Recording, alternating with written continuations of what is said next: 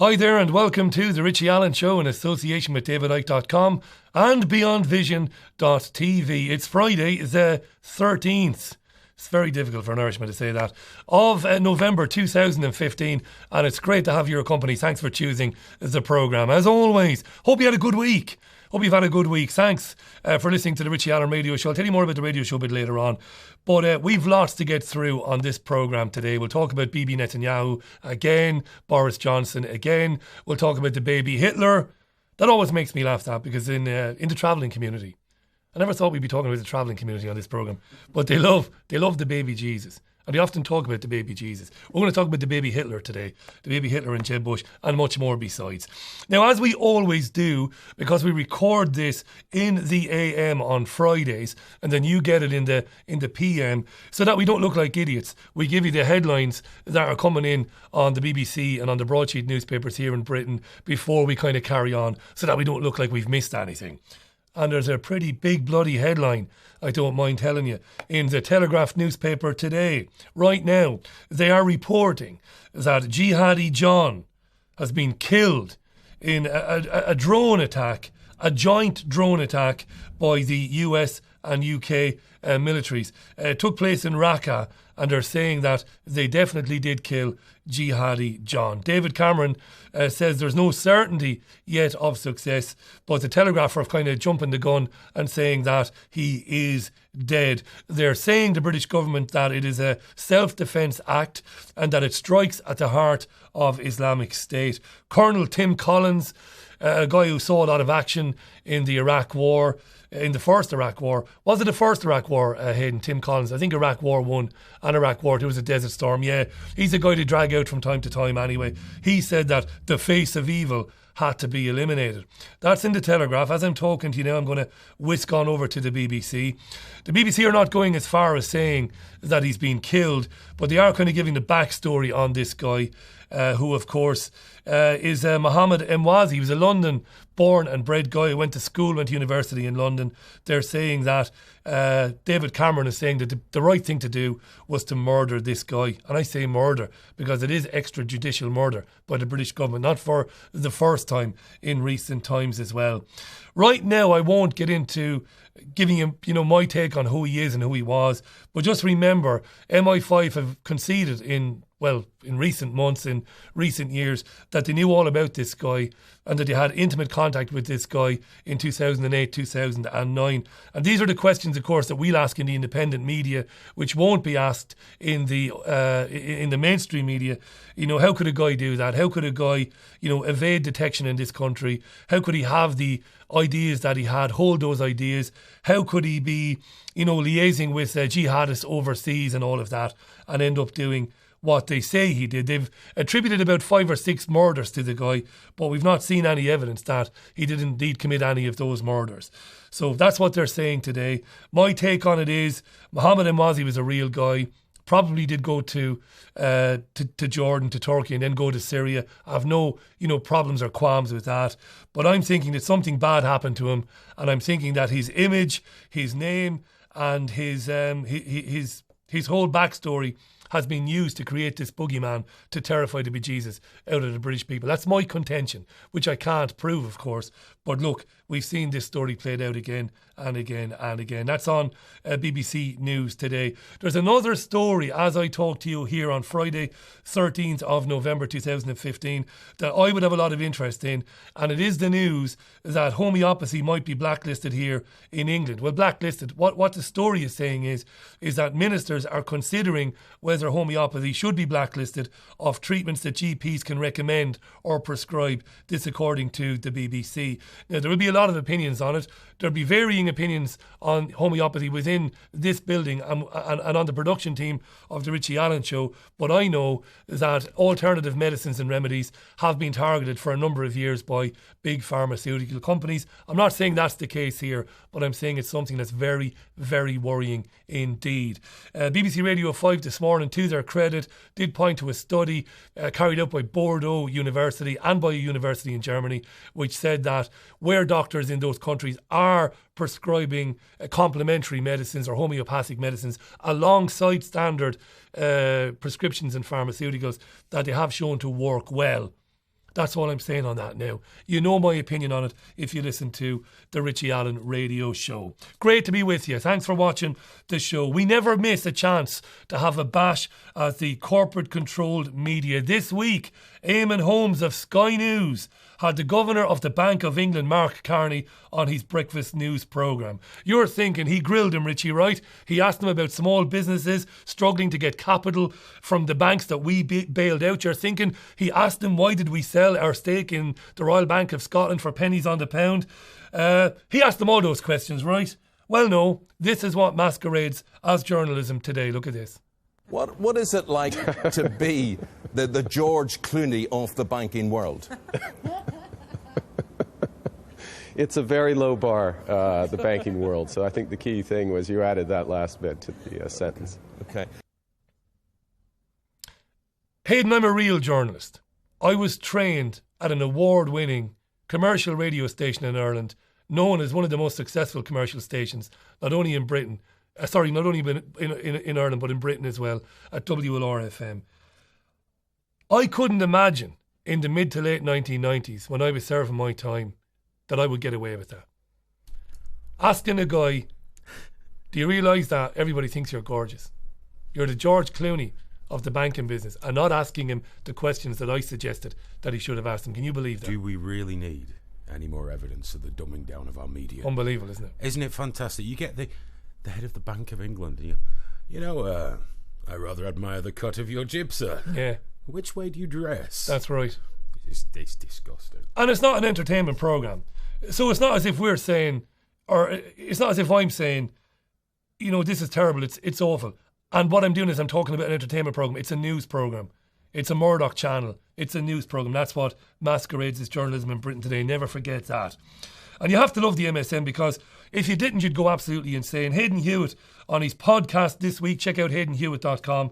Check out podomatic.com for Hayden's podcast. Hayden was talking about Jeb Bush, the brother of George W. and the son of the devil incarnate, George H.W. Bush. Why is George H.W. Bush the devil incarnate, Richie? Because he was involved in the assassination of JFK. I'll get into that in another programme in the future. Jeb Bush was preparing for a debate when the Huffington Post sat down with him and he was asked a tough question. What was he asked, Richie? Was he asked about military spending? Was he asked about the Middle East peace process, Syria? Not at all, way too unimportant. Somebody decided to ask him if he was given a chance, would he kill the baby Hitler? By the way, here's an artist's impression of what the baby Hitler would look like. That is terrible, isn't it? That is dreadful, that. Right. I don't know who did that. We found that online. All right, here's the real baby Hitler then.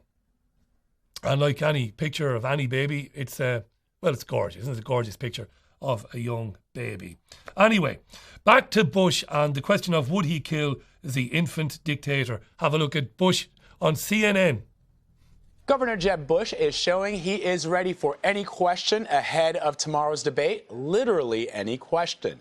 The Huffington Post asked the governor if he could go back in time, would he kill baby Hitler in his crib? I said, if you could go back in time and kill baby Hitler, would you? I need to know. And Hell yeah, I would. even if he was really cute. No, look, you gotta step up, man. I mean, that would be key. Problem with. Well, Governor Bush later retweeted the HuffPo article about his hell yeah answer and said, gotta do it. According to the Huffington Post, Bush did acknowledge that killing Hitler as a baby could alter the future and set off unknown consequences. But he said he'd still do it. Hell yeah, says Jeb. Yeah, you got to do it. Infanticide is all the rage. It is actually, isn't it? Really, when you think about it. I could get into Britain and I won't get into that now. I won't get into that at all. I'll tell you what, Jeb, right? Rather than go back and murder a helpless and harmless baby, you fucking madman, why don't you use your time travel excursion to persuade your evil grandpappy not to fund and support the Nazi parties? That is a picture there of Prescott Bush and Adolf Hitler. Now, look, we're not suggesting that these guys ever met, but they did a lot of business together. Have a look at this clip now. Prescott was born into privilege and became extremely influential in business, intelligence, and politics. He helped establish the CIA out of the Army's Office of Strategic Services with the Dulles brothers. and served as a senator in the state of Connecticut. However, during his time serving as one of the directors of Union Banking Corporation, he was doing business with Nazis. The Bushes have been sort of at the heart of the military-industrial complex since its very beginning, and that Prescott was involved in a firm that actually fronted for Nazi firms in America. In fact, Union Banking and its subsidiaries were seized by the United States government in October of 1942 under the Trading with the Enemy Act. After the war, the assets were returned, a few fines were paid, and it was swept under the rug of forgotten history.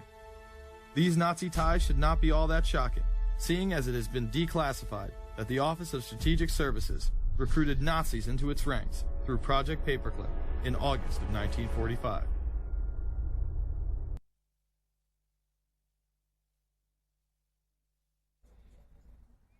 So, Jeb, don't go back and murder a child, you madman. Look at your family tree. Look at your family tree. There would have, of course, been no mention of any of that on CNN or the Huffington Post this week. None whatsoever. Just that Jeb Bush said kill Hitler. You know, don't go back and look at the Treaty of Versailles and what that did to Germany. Don't look at what your grandfather did. You know, go back and kill the baby Hitler. It's madness. Hayden, you talked about this in your podcast. You also talked about Ben Carson. You see, this isn't funny, this. It is. The late night talk show hosts get massive mileage out of the likes of this stuff, but there is nothing funny about the result of it. Ben Carson saying the pyramids were used to store grain, I believe. Yeah, as a grain storage. Joseph built them to store grain. He said Joseph built them, didn't Joseph. He? And there's any number of clips that prove he said this, going back to the mid-2000s, yeah. The guys running for president. Deranged. Lunatics. Look at the lineup they've got. Him, Trump, Hillary. Yeah. I mean, it's not getting better, is it? No. Jeb Bush, who would have his brother as Middle East advisor. That's right, yeah. That's almost as ridiculous as the Yeah, fantasy you killed over idea. 1 million Iraqis. You're the guy to advise me on the Middle East. Yeah, or might as well get Tony Blair in as well. He's already been peace envoy, hasn't he? It's insane. And speaking about insanity, I saw this in The Guardian newspaper here in England. Now, it's not yesterday or the day before. This is, I think, from the 9th of November. And I couldn't believe my eyes. And we don't fake, annoyance on the Richie Allen Show here. We don't fake passion. We don't fake anger. We really get pissed off, Hayden Hewitt and I. A former Georgia sheriff's deputy was convicted for using a stun gun on the man you saw in that picture there, who later died alone in his cell. He was restrained at the time. He was actually tased in the groin as well. I'll tell you about that in a minute. He was sentenced last Friday, the man who killed him, to 1 month in jail and 3 years probation.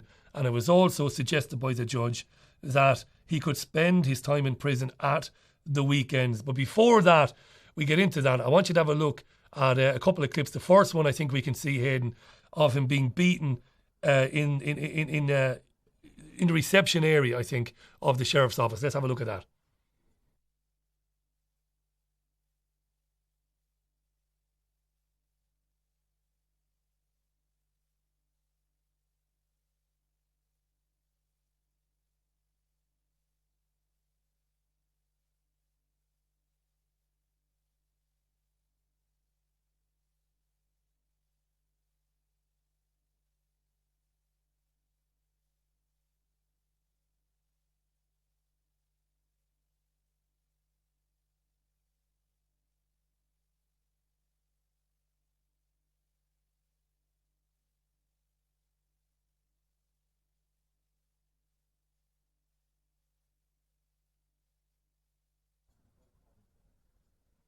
His name is Matthew, got to say it properly, Matthew Ajabade, a young man. He was a former student at the Savannah College of Art and Design. His family said he had bipolar and he had problems. He had been picked up for a domestic violence incident, which could mean anything. He may have, attacked his partner. He may have been shouting at her. He may have been throwing cups. He may have been doing something that maybe he shouldn't have been doing. But it's horrendous. And as I said, Jason Kenny and Maxine Evans were found not guilty of involuntary manslaughter in the death of Matthew, which took place in January. And as I said last week, he was sentenced to, let me read that out again because it's incredible, really. 1 month in jail and 3 years probation for what you just saw there. And the 1 month in jail can be served at the weekends. How do you explain to African Americans? How do you tell them that, no, there isn't a two-tier justice system? Don't worry about that at all, this is how we would deal with everybody. It's horrendous. Another clip appeared on LiveLeak, and it's been, Hayden, I believe, authenticated as a genuine clip. It is a genuine clip. And it's a clip of them tasing Mr. Ajibade in the groin while he was restrained even in a chair. It doesn't get any more disgusting or sickening than this, but we're going to play it for you anyway. Have a look.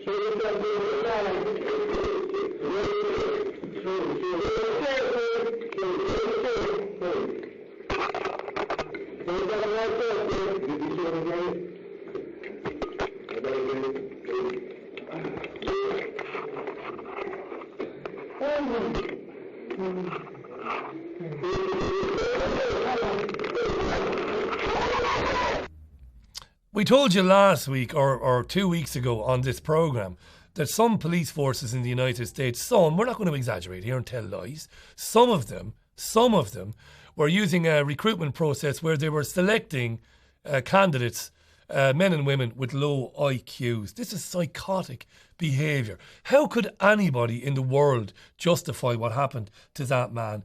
But how could anybody justify the judge, a guy called James Bass or James Bass, depending on how you pronounce that, sentencing the guy to a month in jail, time that he can spend in prison at the weekends? LiveLeak.com doesn't need any promotion from me. It's one of the world's biggest and most frequented websites. It is a phenomenal smash out of the park, as the Americans would say, success. So it doesn't need me to promote it. But if ever it justifies its existence, it's because people can upload clips like the one we just saw there. And this is horrendous, this, isn't it? To see that happen to a guy kicked in the head by a bunch of animals, jumping up and down on him, and then tasing him in the groin while he's tied to a chair. What's that about? Where's that going to end? The fight in reception, it'd be easy to say if you're going to play devil's advocate, we don't know what happened before, after. Okay, it's a brutal beatdown. The tasing a man in the groin or anywhere when he's already subdued and tied to a chair is torture. That's what that is. I'm used to seeing videos like that from the Egyptian police. They're quite brutal. Tunisians as well. Don't get arrested in Tunisia. Yeah, Jesus a lot Christ, of those. I'm used to seeing footage like that. But in America, they've tortured a man. Be under no illusion. This isn't a beating. This isn't police brutality. This is torture. And he dies in his cell. I'm pretty sure the prison sentence for torture is usually longer than 1 month. A month. I could be wrong there. And you serve your time on a Sunday. It's horrendous, Hayden. It's absolutely horrendous. Folks, I don't know what to tell you, If you read DavidIcke.com, if you read any of David's books, David's been talking about this for years. The militarisation of the police, the hiring of psychopaths, the use of psychotropic drugs amongst the police. We can't allow this. There's an old saying about the United States sneezing and Britain catches a cold the day after. I'm probably making a complete balls of that, I'm paraphrasing that particular saying. But we can't have that. We can't have it here. So you got to stand up against it there. A country which will lecture other countries on human rights, which will lecture about brutal, barbaric dictators around the world.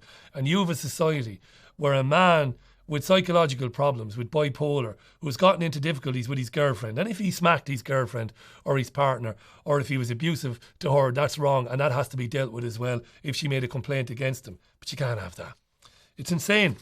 We're going to take a very quick break. This is the Richie Allen Show in association with DavidIcke.com and BeyondVision.tv. Let me tell you again, check out BeyondVision.tv. Great things happening at this brand new television platform. And we're going to be telling you more about those things in future episodes, because this winter and next spring, you're going to see a lot of programming here that I think you're going to like a lot. Back in about 2 minutes.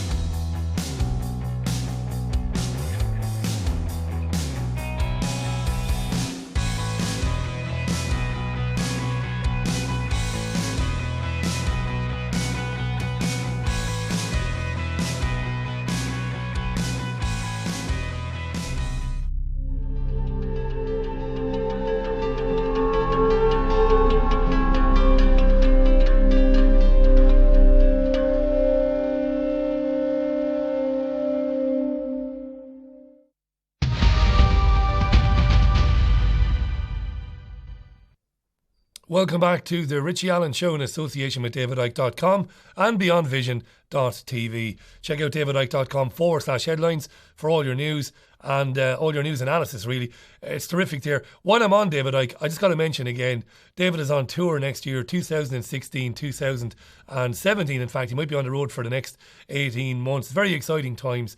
It begins, as you can see on screen there, at Shepherd's Bush Empire Theatre on Saturday the 18th of June, 2016. That's very poignant for David, because 25 years ago, David was on the Terry Wogan show, which was filmed there. And you could say it was a famous, or you could say it was an infamous interview with Terry Wogan, which had very serious consequences for David in the short term, because his life became unbearable in the 6 to 8 months after that. But a wonderful kind of a full circle thing for David. He's going to be in Australia, he's going to be in America, he's going to be in Europe, and I think he plans to finish it all here in the great city of Manchester in 2017. Find out more at davidicke.com. The Live Leak television show is amazing. We missed it this week, but it will be back on air next Thursday. It airs live on liveleak.com at 10:30 p.m. GMT. It's terrific. Hayden Hewitt and all the gang, don't miss that as well. I want to mention a couple of things. One being unreportedtruths.com. It's a brand new platform for video journalists and for people who want to write blogs and stuff. Check out unreportedtruths.com as well. And and the Richie Allen Radio Show, of course. My website is richieallen.co.uk. Hayden was just about to remind me there to mention it. richieallen.co.uk. And you can find out more about the radio show, which airs Monday to Thursday at 8 p.m. GMT. Thanks very much, Hayden. We are at a bit of a crucial juncture in Syria right now, or in the mess that Syria has become. Russia has been bombing Islamic State positions, as we know, for about 6 weeks now. They're having some success, we believe. I think even those who don't like Russia, I think Russia's enemies would admit that Russia have pushed them back and made life very difficult for them. This week we learned that the Syrian army has retaken key air bases that it had lost to the Islamic State, and that the Syrian army is making ground all the time. We know that there have been talks in Vienna, not in Syria, to try and find a solution to the whole thing. You know that by now. Attended by the US, the UK, Russia, Iran and the Saudis. The Iranians and the Russians say that Bashar can stay if he so chooses. The others say that he has to go. He's not going anywhere, of course, not anytime soon anyway. I don't think you have to be much of a soothsayer. You know, I've studied Shakespeare, Hayden, a soothsayer. English graduate me. You don't have to be a prophecy or a prophecist or a prophet even to know that he's not going anywhere anytime soon. Now, RT secured an interview this week which I thought was very Interesting with David Rothkopf. Not Rothschild now. They'll be shitting the bed now, some of the viewers of this programme.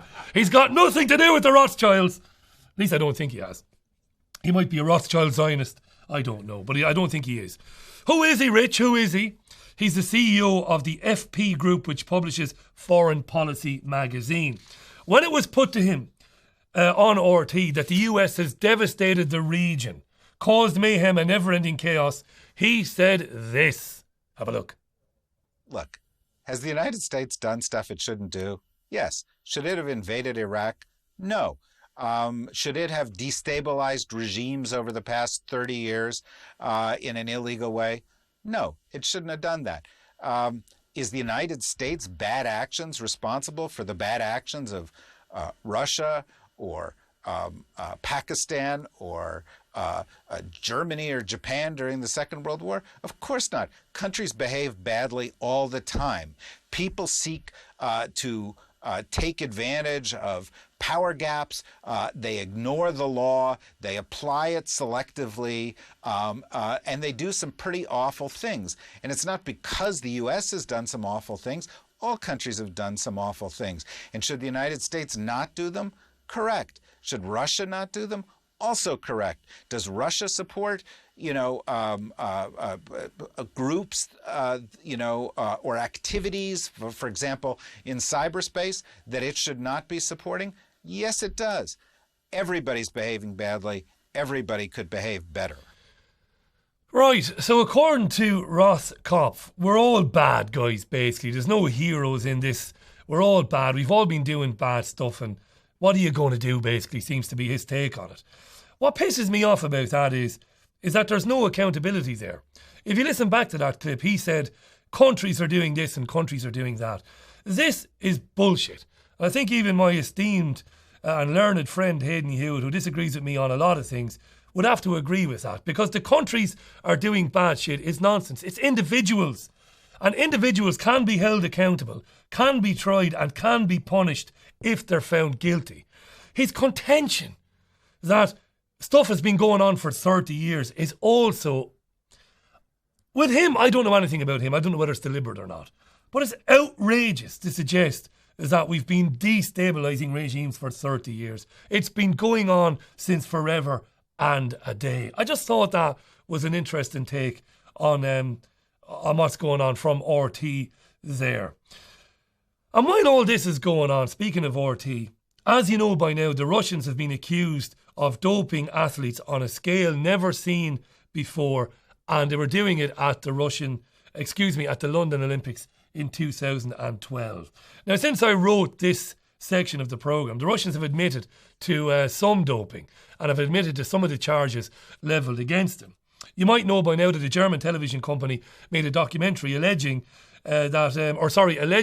exposing Russian cheating, bribing doping officials and using secret agents at testing centres to interfere with and compromise samples. And I said the other day on the radio show, I said, really?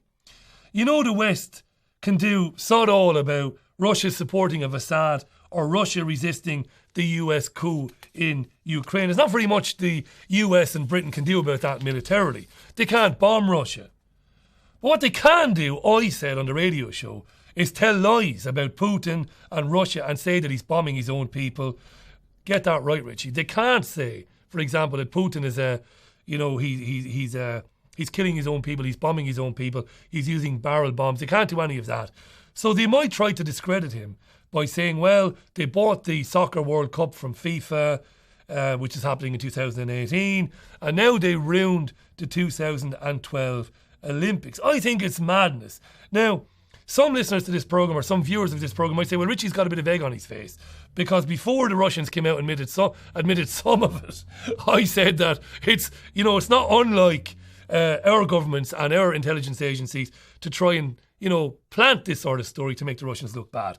But if you look back to previous television programmes, I've been saying for years that Putin is one of the most corrupt human beings on planet Earth. But I don't like this. I want you to have a look at the guy who heads up the Anti-Doping Commission, a guy called Dick Pound. What a name. Have a look at Dick Pound.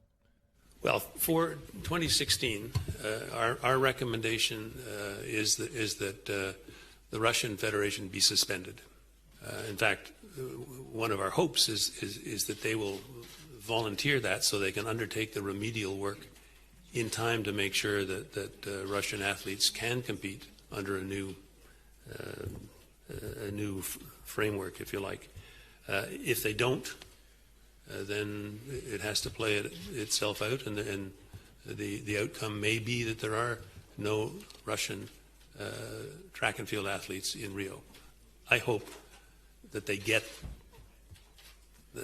they recognize that it's time to change and make those changes. We have identified possible criminal violations, and as I mentioned, have reported those. We have found cover-ups. We found destruction of samples in the laboratories. We found payments of money in order to conceal. You're listening to Dick Pound on Key 103 Manchester in the morning. Some name that. Richard Pound must be his name. Actually, I think that's the only legitimate case to change your name from Richard to Dick, is if it's followed by Pound. That is fantastic, isn't it? That is adult movie name, that. Actor's name, Dick Pound. It's the perfect porn name, isn't it? It's fantastic, Dick Pound. Yeah, I'm loving it. You know you're in for a quality slice of 1970s erotica with a name like Dick Pound. Dick Pound. Now, Dick is all over this story, about how the Russians have done this and the Russians have done that. And like I said, look, the Russians have come out since I went on my mini rant during the week and said that they've done certain things. How is it, Hayden Hewitt, I got to bring you in here, is that a German documentary crew from a small television station were able to unearth all of this, and that for 20 years, because the head of sport for The Times has been on BBC Radio this morning saying the Russians have been doing this for 20 years. How come all of this could be going on in the London Olympics, and Dick Pound and the doping agency knew nothing until the German television crew went, there you go. It's just like FIFA knew nothing about the corruption at FIFA. Well, you see. It's quite amazing, isn't it, how for years and years and years nobody knows anything until it all comes out, then everybody knows everybody knows everything. Every large body is corrupt. Dick Pound couldn't find his arse with two hands on a map. But he could find someone else's. But you see, this is it. And I stand by what I said, even though the Russians have kind of swept the rug out from under me by saying that, we did some stuff, that the timing of this is amazing. I mentioned earlier on, Russia's doing things that we don't like at all. How can we discredit them? Well, look, I'm going to leave it there, right? I'm going to leave that particular one there, but I'm going to watch that story closely. Do you want another reason to hate the Eton, educated, privileged Muppet Boris Johnson? Any other reason? Well, he's been in Jerusalem this week, and he's been criticising those who support the boycott, divestment and sanctions movement against the state of Israel. Here's Boris in all his glory talking about the BDS movement. I cannot think of anything more foolish than to say that you want to have any kind of divestment or sanctions or whatever, or boycott against a country that, when all is said and done, is the only democracy in the region, is the only place that has, in my view, a pluralist, open society. Why boycott Israel? And by the way, I think there's some misunderstanding over here about it. The supporters of this so-called boycott are really just a bunch of, corduroy-jacketed academics from, lefty. Not anything wrong with wearing a corduroy jacket, I hasten to say, but they are by and large lefty academics who have no real standing in the matter, and I think are highly unlikely to be influential on Britain. This is the guy that Arnold Schwarzenegger said was a terrible public speaker. Do you remember that? Arnie did something for the Tory conference a few years ago, and Boris is on before him, and Arnie's mic wasn't switched off. And just as Boris's bit was ending, Arnie was going, "This guy is terrible. He can't talk." I can't do Arnie's accent. But you heard Boris there, lefty, corduroy wearing jackets, lefty, all that bollocks. He got dressed up for the Israelis. I've never seen him looking so groomed. Hayden, put up that still image of him there talking to that Israeli camera crew there. If you have it there. Look at him. I've never seen him looking as well as that. Now this is how he normally looks. Look at the fucking state of that, right? That's how he normally looks. Look, Boris Johnson is a whore. for sale. He will say and do anything so long as you will give him enough money to do it. He is so subservient to the Zionists, is this mumbling, stuttering bastard, that he even brushed his hair. Do you know what I think? I think the BDS movement must be having an effect on them. Otherwise, they wouldn't have anything to say about it. If it was doing no damage at all, they'd say nothing about it. You know what I think? Shall I say it again? Israel, while it should exist, despite how it came to be, it should. It's an apartheid state. It brutalises the indigenous people of the indigenous Palestinian people, murders them at will, imprisons their children, and more importantly, ignores UN resolutions. But they're not the only people doing it. We'll get to that in a minute. The EU said this week that products produced in illegal settlements should be labelled as such. What's wrong with that, I ask? Bibi doesn't like it. Have a listen to Bibi. He's not happy. Here's Bibi. The labelling of products of the Jewish state by the European Union brings back dark memories. Europe should be ashamed of itself. It took an immoral decision. Of the hundreds of territorial conflicts around the world, it chose to single out Israel and Israel alone, while it's fighting its back against the wall, against the wave of terror. The European Union is not going to hurt the Israeli economy. It's strong enough to weather this. But it's the Palestinian workers in Israeli enterprises in Judea and Samaria that will be hurt. This will not advance peace. It will certainly not advance truth and justice. It's wrong. Europe should be ashamed of itself. I said on the radio show last night, and I meant it, I couldn't hate him. I hate the country. I hate the state, the politics, what it does. But you couldn't hate him. You certainly couldn't hate Jewish people. That's absolutely insane. It's absolute lunacy. But why I couldn't hate him is because he is batshit crazy. I've believed that for a long time. This is the guy, of course, who said that a Palestinian mufti persuaded Hitler to go and kill the Jews. Hitler just wanted to get him out of Germany, according to Bibi. He is stone mad. Utterly mad. However, he makes a point in his mini rant there that I agree with, and that is those who are quick to throw stones at the Israeli government for its brutal, heinous policies towards the Palestinian people should be equally as quick to point it out and to throw stones where it happens elsewhere in the world, namely Saudi Arabia, namely in Bahrain, namely in all these other countries that we cozy up to as well. Don't be selective in your condemnation of brutality. In that, he's got a point. I couldn't argue with that at all. Oh, this made me laugh in. I was on Facebook this morning, and I learned that an Argentinian border guard defaced the passport of an Israeli backpacker going through Argentina, and we can see it here. Now, I'm not condoning this at all, and I know you know that I'm not condoning it, but I want the viewers to know that in no way I'm condoning that at all. I've got serious problems with Israel and the way Israel carries out its business, but that's taking it a bit too far. Yeah, apparently he drew this picture of the penis, defaced the passport and handed it back. I like to think that the border guard was given a very strong written warning or suspended from his or her job because we don't know. You've got a take on this. Yeah, I find it tremendously ironic that an Argentinian border guard would single out an individual based on the actions of their government, because hence you and I would be responsible for what Cameron does. Or that's it. Yeah, this isn't official. Now, can you imagine? Because the Argentinians, bless them, are quite a sensitive people. Imagine if one of our border guards did a little drawing of the Falklands in there. Yeah. It wouldn't have gone down so well. Or perhaps a picture of Adolf Hitler growing old gracefully in Argentina. They get a bit touchy, don't they, the Argentinians? I mean, was it Jeremy Clarkson had a number plate that was vaguely alluded to? And they weren't too thrilled about it. Oh, they went crazy. Yeah. They went crazy. It's pretty wrong that. You're absolutely right to say that. The assumption that the backpacker might in any way be apologetic for, the crimes of its government. It made a lot of people laugh. I was annoyed at seeing people I know who work within the independent media world sharing that in a kind of a triumphant way. Let's be honest. It's tricky because no public official should do it regardless. It's not right. It is wrong. Pub wall cock and balls. Yeah, it's kind of funny. It's kind of funny. Yeah. So you've got a real problem there, Yeah, we thought it was interesting. It was worth commenting on. There's a couple of things I want to finish up with today. One is the news. Now, Hayden Hewitt, who works on this programme, who you hear occasionally, his dulcet tones there, he's probably the biggest fan of zombie movies the world has ever known. Probably says a lot about... No, it doesn't. That's a cheap shot, that. It certainly doesn't. Zombie films are brilliant. I've spent many nights as a kid illicitly watching them. They're terrific films, George Romero and all of that. News this week.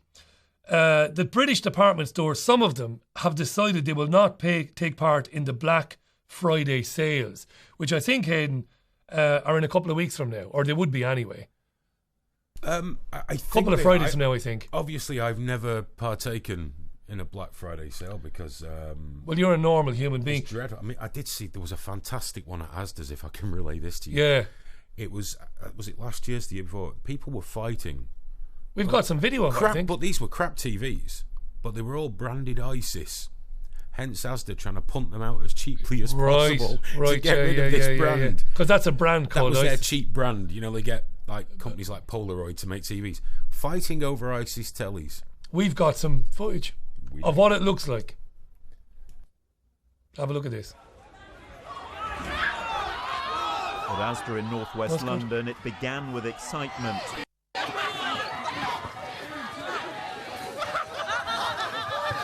But within seconds, Black Friday had descended into chaos. Shoppers openly squabbling over bargains.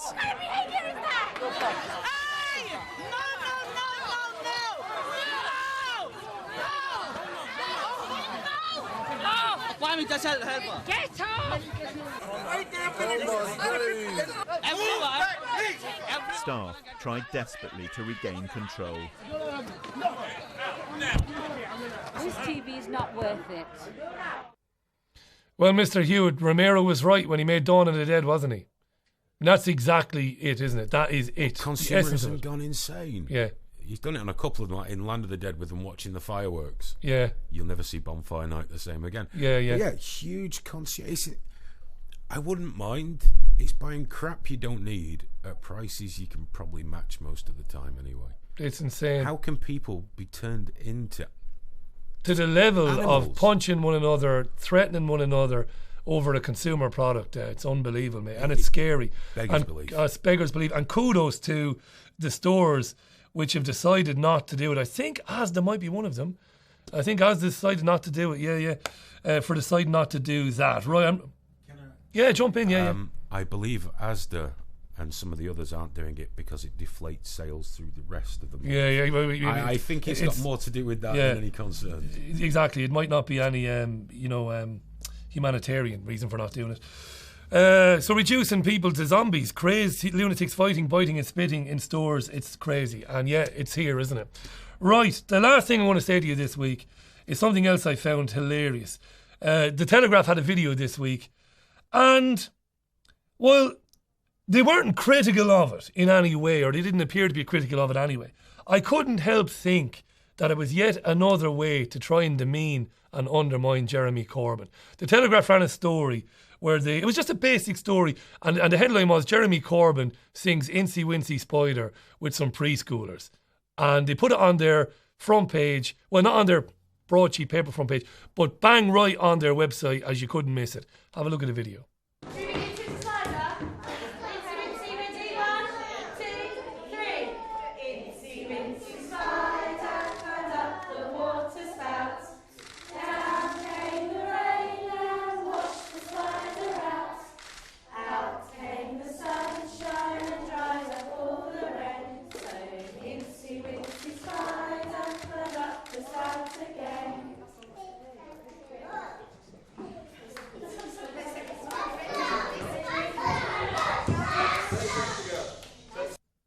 He's not fit to lead, is he? What a fucking pussy Jeremy Corbyn is, eh? Anybody who knows the lyrics to Incy Wincy Spider can't defend a country. Fucking outrageous. And I'll tell you this before we go, which also made me laugh, Hayden. I put this on Facebook the other day. So obviously people are going, oh, the media are trying to make him look like an idiot again. And to be fair, they might have been by putting that out there, the Telegraph, showing this soft old granddad guy. The image being that he's an old guy, he's getting on a bit. And maybe that's where he's best placed. going to preschools and spending time with children. But what made me laugh was, in some sections of the independent media, all he would focus on was this, because he was making this sign. It's fucking satanic symbology! So it's either that or that. You know how these guys are. It's marvellous. Don't you love that, though? I adore it. Out of everything that's going on, out of everything that's real, triangle. No, I've never done that, but if I do, it's satanic. Now look, there is an issue with satanic symbolism in popular culture today, which I got into on the radio show. I'm well into that. But the idea that everybody who just makes a gesture is somehow, promoting satanic symbology is kind of ludicrous. But it does exist. I'm not saying it doesn't. That's it. We're out of here for Friday, the 13th of November 2015. Thanks very much for watching the programme. Stay with liveleak.com, with davidicke.com/headlines and richieallen.co.uk. I've really enjoyed making the programme this week. I look forward to next Friday, the 20th, which we'll have another show for you, and I hope it'll be equally as interesting. Thanks for watching. Until next week, bye for now.